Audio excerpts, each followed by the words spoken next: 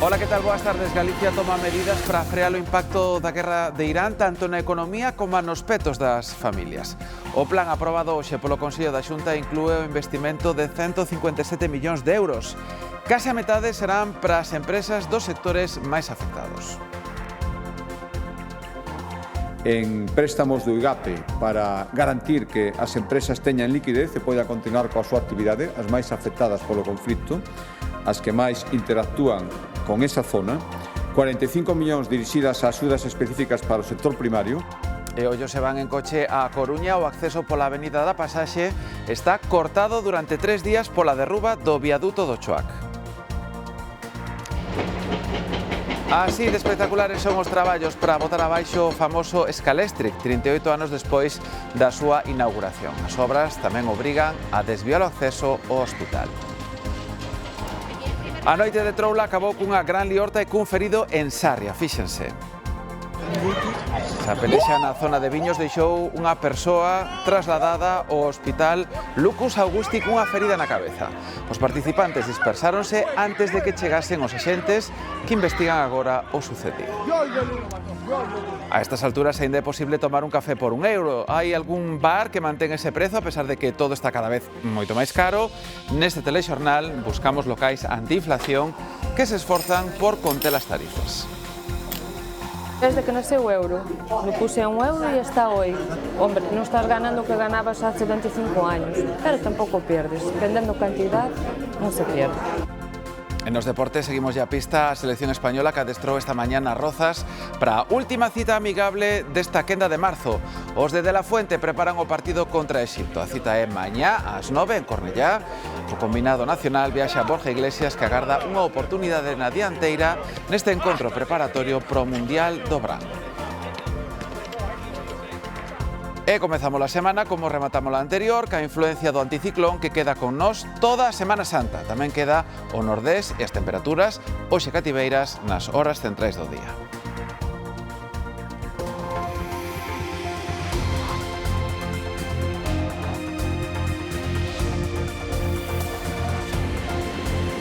Como lles dicíamos, Galicia toma medidas para frear o impacto da guerra. O Consello da Xunta acaba de aprobar unha liña de axudas de 157 millóns de euros que se destinarán non só ás empresas e sectores afectados, pero tamén aos petos das familias, Gloria. Efectivamente, en concreto, para as familias máis vulnerables irán 6 millóns de euros. Con eles, o Goberno galego, entre outras cousas, vai asumir o incremento do transporte escolar derivado dese aumento dos custos do combustible e tamén se vai poñer diñeiro para o bono social térmico.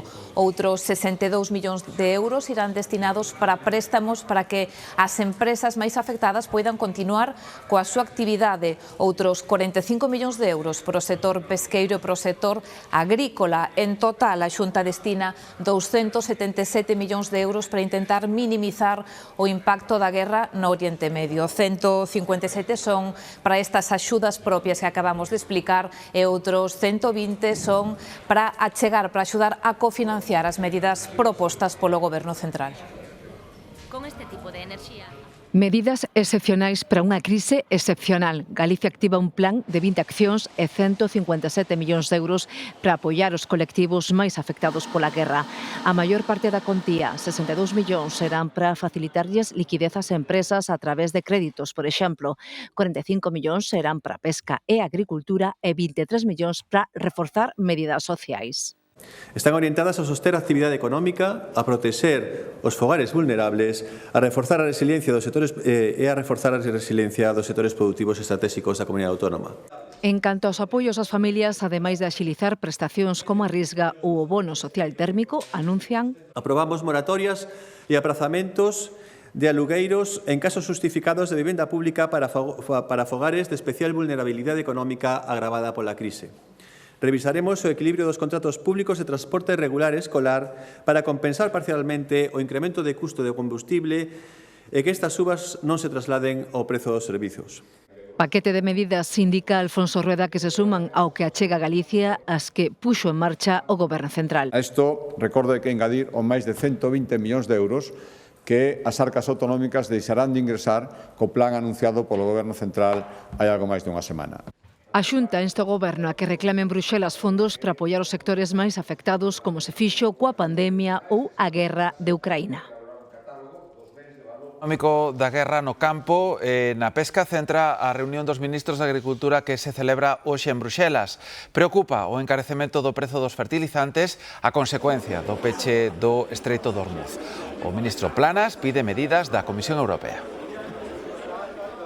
Le pediremos a la Comisión que siga muy de cerca la evolución de la situación y que adopte aquellas medidas que sean necesarias y si no, que desde luego la Comisión tiene que plantearnos alguna alternativa. O sector leiteiro vive momentos de tensión porque a industria está negociando á baixa os novos contratos cos produtores. A Xunta pidelles responsabilidade a esas grandes empresas. O BNG cree que o goberno galego debe facer algo máis e arbitrar unha negociación xusta. As declaracións pasadas da conselleira, cando decía que se lle pedía responsabilidade á industria, a ver, o que hai que pedir é que se senten a negociar e que se tomen en serio os produtores, porque somos a sucursal do leite e a industria sábeo. O goberno pechou o espazo aéreo español a todos os avións implicados na guerra en Irán. Xa non só proíbe que engalen das bases de Rota e de Morón, senón que agora tampouco poden voar sobre España. Pro PSOE, o goberno é consecuente co non á guerra, pero pro PP a decisión é hipócrita. Nosotros lo que estamos haciendo es llevar hasta las últimas consecuencias el no a la guerra. Y entonces no queremos participar en una guerra que es injusta, que es ilegal, que va contra el orden internacional. Lo que pedimos es que se vuelva al multilateralismo, que los conflictos se resuelvan de una forma pacífica. Hemos visto cómo Pedro Sánchez y sus ministros han dado mensajes contradictorios. Yo creo que es una hipocresía. La pancarta pues, de Sánchez del no a la guerra es de pacotilla. Toman esta decisión, pero la verdad es que si no estaba ocurriendo nada, ¿por qué toman esta decisión? Mentres no Líbano morreron 2 cascos azuis durante 2 ataques distintos a convois da ONU, son de nacionalidade indonesia. E Donald Trump segue lanzando mensaxes contradictorias, á vez que sinala que hai un diálogo serio co réxime de Teherán, ameaza con atacar as centrais eléctricas iranianas e os seus pozos petrolíferos. E con este contexto coñecemos unha nova sondaxe sobre intención de votos. Se houvese hoxe eleccións, o Partido Popular gañaría claramente con entre 143 e 147 escanos. O PSOE seguiría ca tendencia á baixa e quedaría con entre 107 e 111 deputados. Vox quedaría con entre 54 e 56 escanos, co que a suma da dereita superaría sen problemas os 176 escanos que marcan a maioría absoluta. Sumar seguiría á baixa con entre 6 e 8 escanos e Podemos quedaría con entre 2 e 3. Esta enquisa non ofrece detalle da intención de voto ao BNG. A Conferencia Episcopal e o Goberno Central asinan o protocolo que regula o recoñecemento e a reparación das vítimas de abusos sexuais cometidos no ámbito da Igrexa. E para casos que xa non poden ser xulgados pola vía penal. O protocolo crea un mecanismo para atender as vítimas que poderán presentar as súas solicitudes a partir do día 15 de abril. No establece ningún criterio económico obligatorio, ni por lo bajo ni por lo alto, para las indemnizaciones. ¿Por qué? Porque cada caso se va a estudiar en detalle. Lo que hicimos al poner en marcha el plan de reparación integral, los pasos previos de congregaciones religiosas de manera especial y de diócesis, son la expresión concreta de nuestra forma de pedir perdón. O decreto do Goberno Central para limitar os alugueiros xera dúbidas no sector inmobiliario. Se ben está claro que será unha axuda inmediata para moitos inquilinos, pode acabar provocando que saian menos vivendas ao mercado. Hai propietarios que temen perder o control sobre os seus inmobles. Poucos alugueiros e moitas preguntas nas inmobiliarias. O decreto para limitar os prezos axudará aos inquilinos, seguro, pero preocupa a algúns propietarios. Que pasará se non se ratifica? Que o propietario teña máis inseguridade xurídica, ao final ese parque de vivenda non alugado siga todavía aumentando, que o propietario moitas veces xa non saque a alugar as propiedades porque realmente non sabe o que vai a pasar aínda firmando un contrato. Están tendo esa sensación os propietarios de que, están perdendo un pouquiño o control da súa vivenda, porque ao final falamos de propietarios que teñen a vivenda onde viven e outra vivenda máis. Tampouco son grandes tenedores. A prórroga axudaría a inquilinos como Arancha. Ela ten que deixar o seu piso e hoxe atopar outro é moito máis caro. Nosotros ahora mismo vivimos de alquiler, pero nos tenemos que mudar del piso porque lo necesitan. Entonces, bueno, pues buscando vivienda, pero está complicado. Ya sea en alquiler, en compra, pero está todo muy caro. Cada vez que sale un piso en alquiler, por ejemplo, el otro día nos salió uno en Menéndez Pelayo, lo publicas y empieza el teléfono a sonar y por la tarde lo tienes que retirar porque ya no das abasto con tanta visita. E iso que os alugueiros están altos, sobre todo nas cidades. Estes son anuncios de pisos de 2 dormitorios, os máis baixos que atopamos hoxe. Na Coruña vanse construir 4.000 novos pisos. A Xunta acaba de aprobar os trámites para habilitar solo residencial na zona de Montemero, onde se van facer esas vivendas das que o 80% serán protegidas. Alfonso Reda tamén anunciou 2 liñas de axudas para a compra de vivenda protexida destinada a uso habitual ou para mercar nunha zona histórica. A axuda será ata 10.800 euros, que pode chegar ata 15.000 se o que quere comprar a vivenda ten menos de 36 anos. En total, 2 millóns de euros, un pequeno impulsón para aquelas persoas que decidan comprar unha vivenda protegida ou queran comprar unha vivenda nun casco histórico. O cribado de cancro de colon permitiu detectar en Galicia máis de 2.900 tumores desde que se puxo en marcha no ano 2013. Falamos do cancro máis frecuente na nosa comunidade e o segundo que causa máis mortes. Grazas a ese cribado, 2 de cada 3 casos diagnosticáronse nunha fase precoz, o que mellorou as posibilidades de tratamento. Neste cribado poden participar voluntariamente persoas de entre 50 e 69 anos que reciben na súa casa o material para recoller a mostra que despois entregarán no centro de saúde para que analicen. E hoxe hai unha nova reunión entre o Ministerio de Sanidade e os médicos para tratar de achegar posicións polo Estatuto Marco. Os sindicatos son escépticos, din que as novas propostas do Ministerio son as mesmas que xa rexeitaran antes por insuficientes e reiteran que manterán a folga ata que atendan as súas demandas principais, como son o Estatuto propio ou a xornada de 35 horas. A folga xa provocou a suspensión de milleiros de consultas e cirurxías. A Xunta pidelle ao Goberno Central que aprobe xa os beneficios fiscais do Xacobeo 2027. Nun documento remitido ao Secretario de Estado de Cultura, o Conselleiro de Cultura lembra que estes incentivos deberían estar en marcha hai xa 8 meses e que a demora na súa aprobación ameaza a planificación dos eventos do Ano Santo ou provocar incerteza entre os potenciais patrocinadores. O Goberno galego apela á responsabilidade institucional do Estado e exíxelle que active xa eses beneficios fiscais que considera fundamentais para dotar o Xacobeo de máis capacidade económica. O Goberno ten ferramentas, pensamos, porque analizamos aquí do punto de vista técnico, sobradas para poder poñer en marcha todos os beneficios fiscais relacionados co Xacobeo sin necesidade de esperar a máis trámites. Agardamos que o faga, non pretendemos discutir, pretendemos que se tomen canto antes estas decisións porque xa se está poñendo en serio perigo a posibilidade de algúns patrocinios se non se toman estas decisións. O Camiño de Santiago confírmase como un dos maiores impulsos económicos da nosa comunidade. O ano pasado foron 531.000 os peregrinos que chegaron a Compostela cuns gastos diarios que oscilan entre os 40 e os 60 euros por persoa. Óscar. Si, son preto de medio millón os turistas que elixen cada ano Galicia para completar o que é o sono de moitos, o Camiño de Santiago.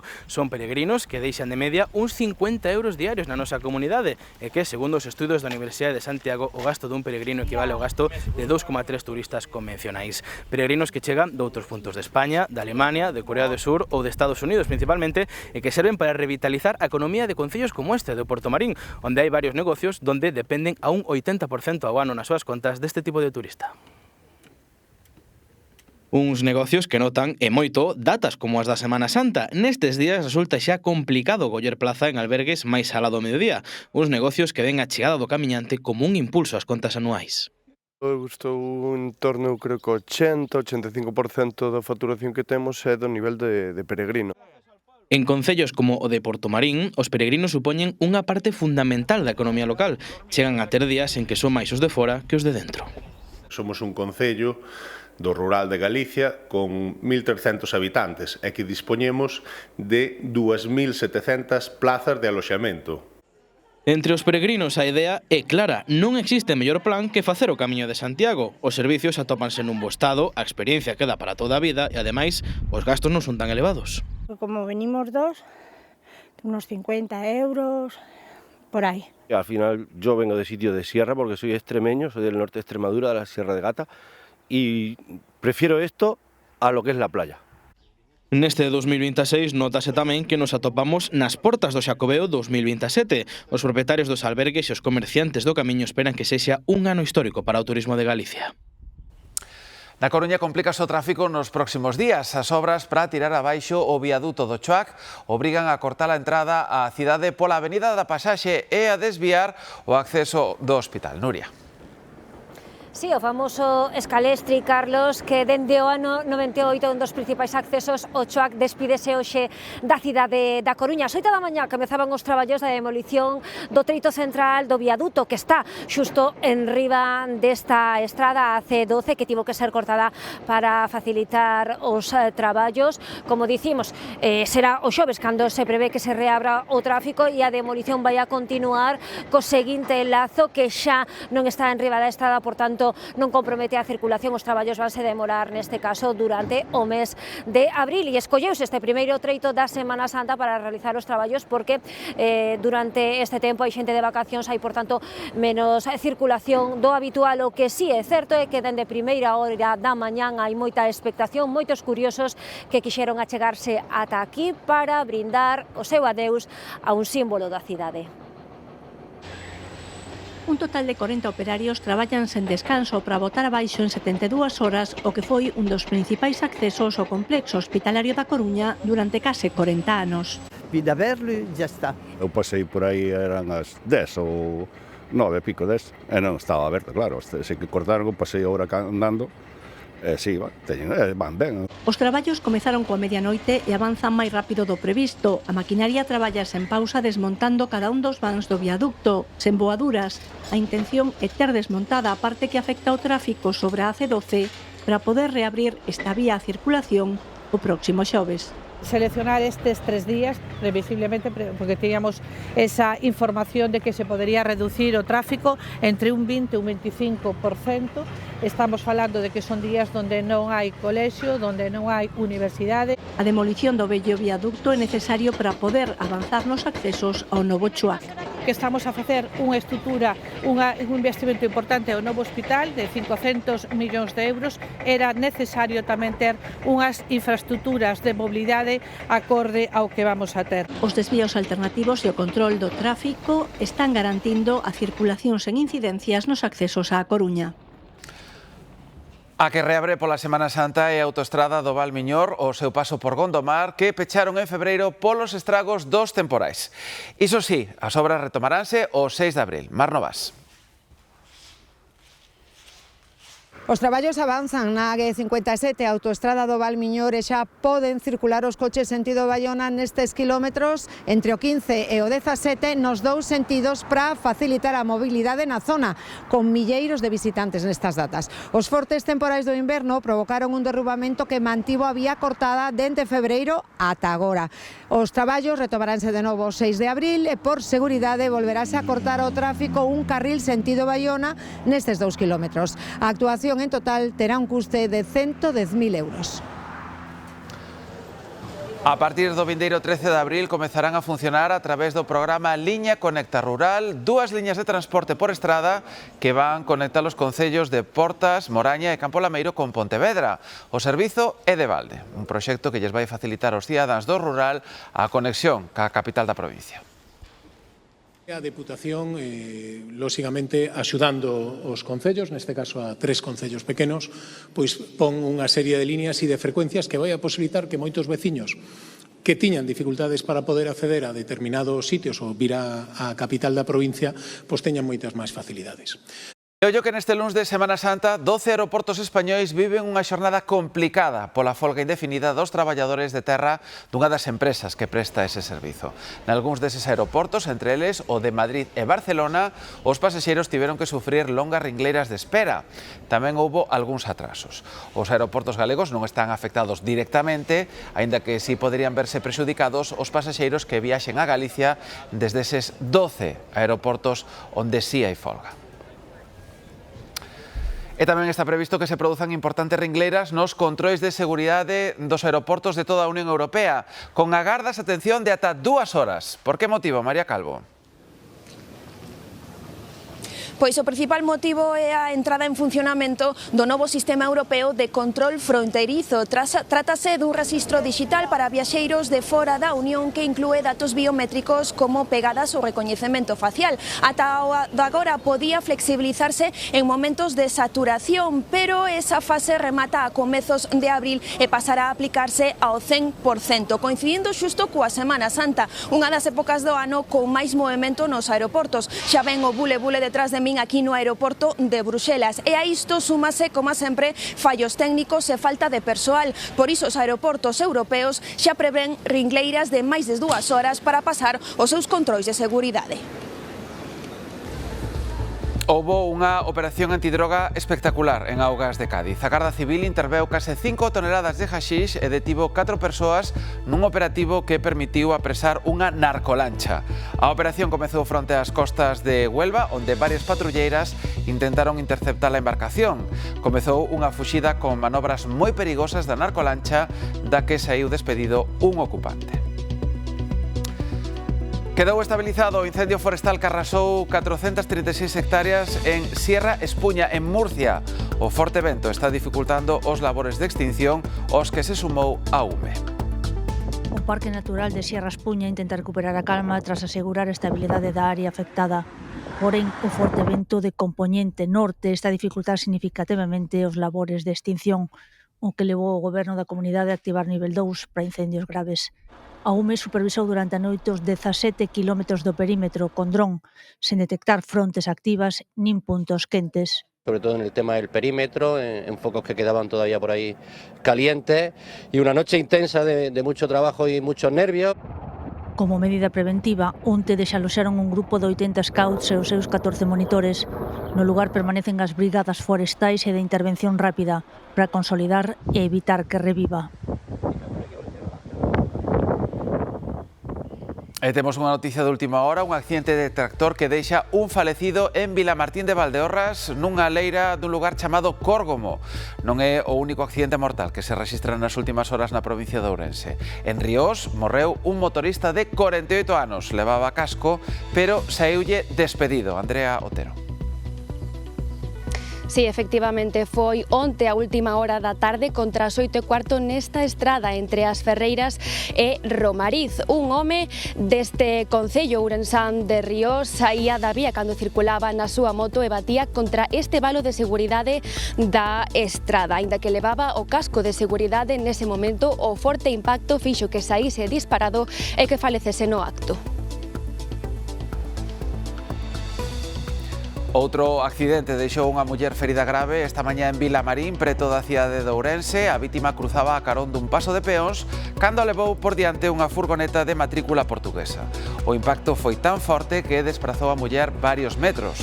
Foi na coñecida como recta de Tamallancos, un punto negro de accidentes porque ven dunha curva moi pronunciada. A que, por sorte, acabou sen feridos foi a imprudencia de 2 mozos que pillaron entrando no túnel do AVE en Vilagarcía. Demetrio Morenza. Sí, ollo, porque máis alá desa imprudencia, que saiban que se trata dunha infracción que pode chegar a estar sancionada con multas de cantidades elevadas, incluso sancións penais no caso de que teña consecuencias para o tráfico ferroviario. Neste caso do que estamos a falar son 2 mozos, unha moza e un mozo de 18 e 16 anos respectivamente. Foron as cámaras de seguridade de Adifas que detectaron a súa presencia neste túnel no que nos atopamos do AVE. Inmediatamente deron parte á policía local. Aquí desplazouse unha patrulla, interceptou aos mozos e logo xa o sacaron deste recinto, como dicíamos, unha gamberrada que pode ser sancionada con multas bastante elevadas. E presten agora atención á persecución espectacular que fixo a policía polas rúas e camiños de Cangas. Tiveron que seguir a toda velocidade unha furgoneta que fuxiu despois de provocar un accidente. O condutor finalmente foi detido e moi borracho cuadriplicaba a taxa de alcoholemia. A colisión tivo lugar na contorna da Praza de Abastos, arredor das 8 do serán. Había numerosas persoas que presenciaron o choque e viron como o condutor da furgoneta saiu fuxindo do lugar. y de repente escuchamos como un golpe súper fuerte y un señor gritando, para, no sé qué. Y de repente la furgoneta sale corriendo, un policía que estaba ahí sale detrás de él y el tío siguió para adelante. Foron inútiles os intentos da policía local por darlle o alto. O individuo apretou o acelerador e dende o centro de Cangas percorreu varios kilómetros pola estrada que vai a Aldán. Nun momento dado virou cara ao Ío. En este punto desviouse polo camiño de Castiñeiras. A todo gas, pero cheaban as rodas, que por aí caben malamente un coche para xe, de por a vida. Se colle a gen por diante, la ve por diante. Conduciu de xeito temerario por camiños estreitos a toda velocidade poñendo en perigo a outros condutores e transeúntes. A un veciño case o leva por diante. Ahora viña embalado, aí, é o sitio, miras como é. Canto me deu, se non o ira ben xa. Ao final escolleu a ruta equivocada porque rematou nun camiño sen saída, preto da praia de Area Brava. Alí, a policía si pudo darlle o alto. De unha taxa que cuadriplicaba o máximo permitido. Ao parecer, durante a persecución, levou en todo momento un cubata ao lado do volante. A policía investiga unha liorta entre menores que deixa unha rapaza ferida de arma branca. Levárona ao hospital cun corte no brazo. Alberto Rivero. Foi precisamente neste lugar, no entronque da Rúa do Progreso coa Ponte Romana, onde o sábado pola tarde se producía o incidente. Pasadas as 7:30 da tarde, o 112 recibía unha chamada alertando dunha persoa ferida por unha presunta agresión.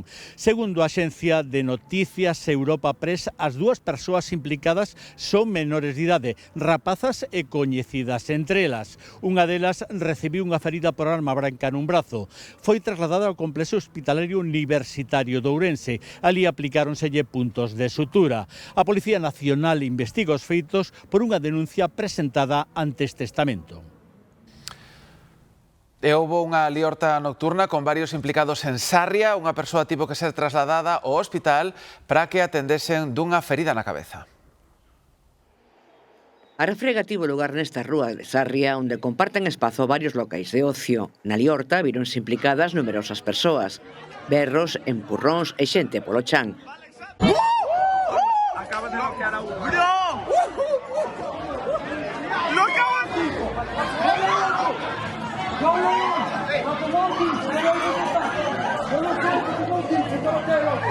En un destes envites, unha persoa resultou ferida na cabeza. Os servicios sanitarios prestaron unha primeira asistencia ao ferido no lugar e despois foi evacuado ao Hospital Lucas Augusti de Lugo. Din os veciños de Sarria que non é o primeiro incidente deste tipo na zona. Sé que es una calle que de vez en cuando es conflictiva, es una pelea bastante bestia. Durante el fin de semana es una calle bastante concurrida por gente joven y de vez en cuando sí que hay peleas. Ahí suele haber paz y ahí normalmente suele haber reortas con frecuencia, unas veces más grandes y otras más pequeñas, pero sí suele haberlas. Es que ahí a veces hay hasta navalladas y todo. Cada vez son más brutales las peleas. Estamos muy acostumbrados ya. De hecho, ves la naturalidad de la gente mirando y es como que estuviera viendo algo habitual. A liorta tivo lugar sobre as 5:20 da mañá do domingo. Os participantes dispersáronse antes de que chegasen os axentes da Policía Local e unha patrulla da Garda Civil que investiga o sucedido. Mañá pasarán a disposición xudicial os dous detidos polo atraco a un estanco en Lalín. Entraron encapuchados e mentres un golpeou e inmobilizou a dona, o outro fixose cos cartos da caixa. A media hora foron detidos pola Policía Local e a Garda Civil. A estanqueira, que leva case toda a vida atendendo o negocio que antes pertenceu ao seu avó, quere pasar páxina e declinou facer declaracións sobre o violento episodio que viviu o sábado. Ao redor das 10 da mañá entrou un individuo encapuchado, empurrouna cara a parte de atrás do local e golpeouna para inmobilizala porque ela intentou defenderse. A continuación entrou outro home encapuchado e colleu os cartos da caixa. Fuxiron cuns 500 euros. Os berros da estanqueira alertaron os negocios próximos que acudiron a auxiliala. A alarma tamén saltou e axiña se mobilizaron a Policía Local e a Garda Civil. Apenas media hora despois do asalto lograron deter aos dous presuntos atracadores. Un deles é un coñecido delincuente e o outro mesmo era cliente do negocio. A estanqueira tivo que ser atendida no centro de saúde e despois no hospital polas lesións que sufriu durante o enfrontamento co atracador. Os detidos permanecen arrestados no cuartel da Garda Civil de Lalín. Está previsto que mañá pasen a disposición xudicial. En Forcarei, dous señores maiores saíron ilesos do incendio da vivenda que comparten. Por sorte, unha traballadora da axuda no fogar estaba con eles no momento no que comezou o lume. A sorte quixo que o lume comezara á hora da comida e que os anciáns que habitan a casa estiveran acompañados pola traballadora do Servizo de Asistencia no Fogar. Estaban comendo abaixo, que veu unha señora a darlle de comer a eles, entón sentiu estalar, saleu fora e se veu fume. E se chamou os bomberos rapidamente. A muller, de 95 anos, e o seu cuñado, de máis de 80 e en cadeira de rodas, saíron ilesos do lume, que comezou nunha cheminea e se estendeu rapidamente polo piso de arriba. Dado a estrutura de madeira do inmoble, se propagou a unha habitación que estaba xusto encima da cociña, ardendo pois todo o que era a habitación, cama, enseres.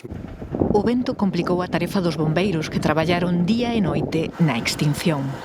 Esas madeiras cada ten cento e pico de anos, e calquera cousa que lle quede, pois ao soplar un pouquiño de aire, pois se encende todo. Malia que non houbo feridos, os danos materiais son importantes. Toda a parte de arriba da vivenda, uns 30 metros cadrados do teito colapsaron tamén. Os veciños desaloxados atópanse ben, acollidos na casa dun familiar. Malia que o lume os deixou sen fogar, puideron salvar a vida grazas á rápida reacción da súa coidadora. Ben, hai unhas semanas falábamos dunha parella que ten en tensión Moaña, unha parella ocupa, unha parella que ten en tensión Moaña dende principios de ano. Ben, os dous quedaron en liberdade con cargos por entrar ilegalmente e estragar varias vivendas do concello. E atención, porque agora protagonizan de novo a crónica de sucesos. Esta mañá detiveron o home por violencia de xénero. A muller non quixo presentar denuncia, pero as autoridades actuaron de oficio dada a gravidade das lesións que presentaban. Ela mesma chamou a policía local, que a trasladou ao centro de saúde. O home entregouse voluntariamente na xefatura. O xulgado de Garda de Almería enviou a prisión un home ao que acusan de matar a tiros a súa cuñada. No mesmo tiroteo quedou ferido grave o marido da vítima e irmán do detido, que permanece ingresado na UCI. Durante a súa comparecencia diante do titular do xulgado número 4 de Almería, en funcións de garda, o home detido como presunto autor da morte da súa cuñada do intento de homicidio do seu irmán acolleuse ao seu dereito a non declarar. Si o fixeron a parella do presunto agresor e o fillo de ambos, que negaron calquera participación nos feitos e que únicamente trataron de separar os irmáns enfrontados. Despois de escoitar os tres, o xuíz enviou a prisión provisoria comunicada en sen fianza ao presunto agresor e deixou en liberdade a súa muller e fillo coa obrigación de comparecer periódicamente en sede xudicial. O tiroteo rexistrouse o martes pasado nunha vivenda rural da localidade almeriense de Rioja, por motivos que trata de determinar a investigación xudicial. O presunto agresor, xunto coa muller e o fillo, entregáronse o sábado no cuartel da Garda Civil de Oerca Lovera e este luns pasaron a disposición xudicial. O ferido no tiroteo permanece ingresado na UCI do Hospital Universitario Torre Cárdenas da capital almeriense. Alfonso Basterra podería saír nos próximos días do cárcere no que sería o primeiro permiso dende que o condenaran pola morte da Xunta no ano 2015. Fontes consultadas pola Televisión de Galicia confirmaron que se lle concedeu un permiso de 4 días. A data está aínda por fixar. Alfonso Basterra cumpre condena no cárcere de Topas, en Salamanca, onde foi trasladado dende o cárcere de Teixeiro. Condenárono, recorden, a 18 anos de prisión por participar no asasinato da súa filla xunto ca súa exmuller. Esta será a primeira vez que abandone o cárcere dende a súa detención en setembro de 2013. Un roubo de películas sacou destes días o mundo artístico en Italia. Un comando perfectamente organizado conseguiu levar varias obras mestras dunha importante colección privada nun golpe rápido e moi planificado. Javier Romero. Si, os feitos foron preto de Parma na Fundación Magnani Rocca e as obras pertencían a tres grandes mestres da pintura, Renoir, Cézanne e Matisse. O asalto produciuse durante a noite con gran rapidez e precisión, polo que os investigadores creen que se trata de ladróns profesionais. Agora a policía está a analizar as cámaras de seguridade para tratar de identificalos. O valor das obras podería alcanzar varios millóns de euros e o están a considerar aquí como un dos roubos máis relevantes dos últimos anos no ámbito artístico, non só italiano, senón tamén europeo. E atención, porque xa é oficial o cambio de nome de 12 concellos galegos. O noso nomenclátor actualízase 20 anos despois da súa creación. Ca última revisión modifícanse as denominacións de 2.530 concellos, parroquias e lugares do país. Ben, a partir de agora, a forma correcta será dicir a Caniza, e non a Cañiza, a Ribeira de Piquín, Alfoz do Castrodouro, Cangas de Morrazo, o Campo Lameiro, o Castro Caldelas, o Porto do Son, o Ríos, Pastoriza, sen o artigo, Pastoriza, e Cerdedo Cotobade, Mondariz Balneario e Oza Cesuras, os tres sen guións. En Santiago acaban de restaurar, aínda que de xeito virtual, unha das figuras máis célebres da catedral, o chamado Santo dos Croques, que representa o mestre Mateo. Era a tradición que os visitantes agolpeasen ca cabeza para absorber simbólicamente a súa sabedoría, pero agora está prohibido polos danos que lle producía. Ben, grazas a un proxecto da Universidade de Santiago, podemos volver ver como eran as súas cores orixinais. A reconstrucción revela a importancia que tivo esta figura no Pórtico da Gloria e a súa calidade excepcional. Son moitos os oficios tradicionais que están quedando sen remuda. Mañá pecha no Carballiño a coñecida Panadería da Riba, despois de 42 anos. Os donos xubílanse despois de toda unha vida dedicada a facer pan e doces. Dende os 13 anos leva José Antonio Álvarez peneirando fariña, amasando e cocendo pan. Nos recordos hai moitas cousas boas e moitas tristezas. Hoxe está emocionado, é un día moi especial. Con 72 anos chegoulle a hora de xubilarse. Dá pena, pero tamén dá alegría porque hai que parar de traballar porque xa son moitos anos traballando. Traballaron moitísimo. Bueno, todo ten un ciclo e este ciclo remata mañá. Paula e o seu irmán aprenderon oficio de panadeiro do seu pai, pero é moi sacrificado e non van seguir sen o mestre. Tiñamos moi convencidos que no momento que les decidiran parar, nos parábamos, non queríamos. Isto é moi esclavo. Aquí tens que estar os 365 días do ano metido. Entón, eso foi ben para nós, agora eles xa non queren eso. Así as cousas, a mítica Panadería da Riba do Carballiño pecha as súas portas para sempre. Mañá xubilanse. Que dices? Sí, entón mañá é o último día. Unha sorpresa, tía. Dábanos tanta pena decirlo que esperamos o último momento. E, bueno, hai xente que ven, hai xente que con moita pena. A clientela moi apenada concorda en que todo o que facían está boísimo. Moi rico, moi agradables e o pan pois maravilloso, As empanadas, os dulces, que é así a vida. Hai que se adaptar ás circunstancias. O que máis vou botar de menos é o brazo de gitano, porque para min é o mellor do Carballiño, está espectacular. É unha pena que peche, non? Estaba encantada collendo aquí o pan, pero que lle vamos facer? Non hai quen siga. Hoxe pai e filla elaboran as últimas empanadas e as últimas pezas. Nós estamos facendo pan como cando empecé cando tiña 3 anos, que eu empecé en Maside, nunha panadería, e eu fago o mesmo pan, como se facía daqueles, e o facendo igual, non lle cambiei nada. É o bo facer tradicional que, como noutros moitos oficios, está quedando sen relevo. Os alérxicos ao pole están sufrindo nestes primeiros días da primavera. As borrascas e a suba das temperaturas adiantaron a floración de algunhas especies e con ela os gromos de alerxia. Sabela Romar. En cuestión de alerxias, o bo tempo manda e manda moito. Ademais, están anticipándose os síntomas de algúns alérxicos e ademais tamén están durando máis tempo. 3 de cada 10 persoas en España sufren algún tipo de alerxia, pero cales son os síntomas que máis se repiten? Rinitis, ojos llorosos, la visión borrosa e cositas así. máis mucosidade, ou un picor dos ollos ou da nariz.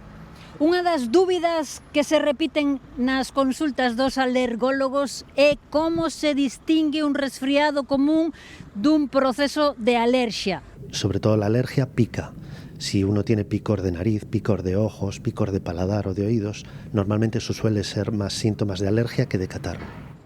Moverse por espazos preto da costa, preto do mar, é bo para os que teñen alerxia ao pole, porque no litoral adoita haber niveis bastante baixos. Tamén é recomendable para eles utilizar gafas de sol.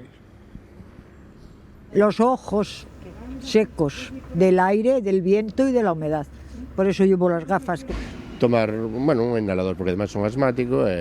Las gafas y la mascarilla es de forma preventiva para no exponerse al polen. Una vez que se ha expuesto, el tratamiento sería para aliviar los síntomas y luego la vacuna es para que, el paciente tolere la exposición a polen. E a máis engadimos este vento do Nordés que nos acompaña e que contribúe tamén a dispersar ese pole. Efectivamente, aí temos nese litoral con sol e temos ese Nordés máis intenso nas Rías Baixas, nese litoral máis norte menos, pero maior presenza desas nubes baixas. Seguimos con o anticiclón, seguiremos durante toda a semana, iso sí, acompañados por este vento fresco, por temperaturas ben frías pola mañá, aínda que mañá ascenden un pouquiño e as temperaturas máximas que hoxe xa repuntaron algo, sobre todo no sur da comunidade. En canto se remate cos deportes, falamos máis devagar do tempo. En Alemanha hai moitos ollos postos nesta balea que quedou varada no mar Báltico, mide entre 12 e 15 metros de longo. Tras varios intentos de liberala, os rescatadores agardan que o cetáceo recupere forzas e poida sair da zona de augas pouco profundas en que se atopa.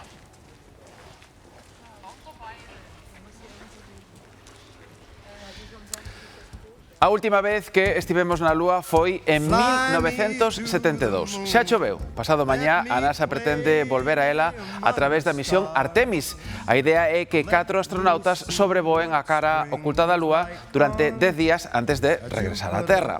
Se todo sae ben, o plan é enviar astronautas para volver pisar o satélite xa a partir do ano 2028. Iso, se non hai contratempos, algo moi difícil nestas misións espaciais. Habidos dun fallo da NASA, están os chineses para tomarlle a dianteira nesta nova carreira espacial e que quen non quere que o leven á Lúa. En fin, que pasen unha moi boa tarde. Hasta loguiño. You are all I long for, all I worship and adore.